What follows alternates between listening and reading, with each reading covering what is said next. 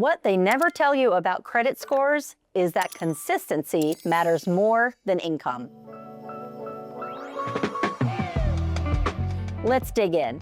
If you have a great investment portfolio and earn a great income but still struggle with credit, even after bankruptcy or divorce, rebuilding is absolutely possible. Stay with me because I'm going to give you a structured rebuilding checklist. Number 1, pull all 3 credit reports and review carefully for inaccuracies. Number 2, dispute errors immediately, including incorrect late payments that can drag scores down. Number 3, open a secured credit card and use for small recurring bills. Pay in full monthly.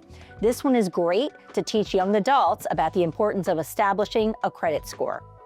Number 4, consider a credit builder loan. This builds positive payment history while creating savings. Number 5, keep utilization below 30%, ideally 10%.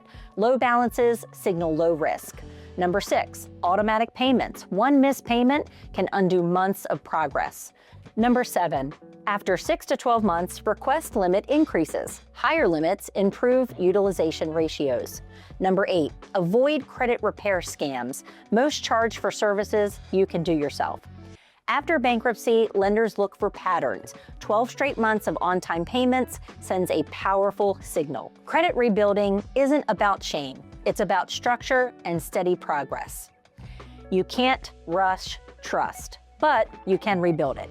If this topic connects with your situation, don't panic. Get informed and get structured.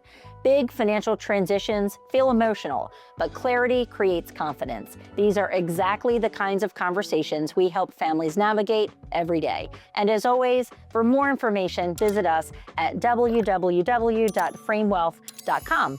See you next time.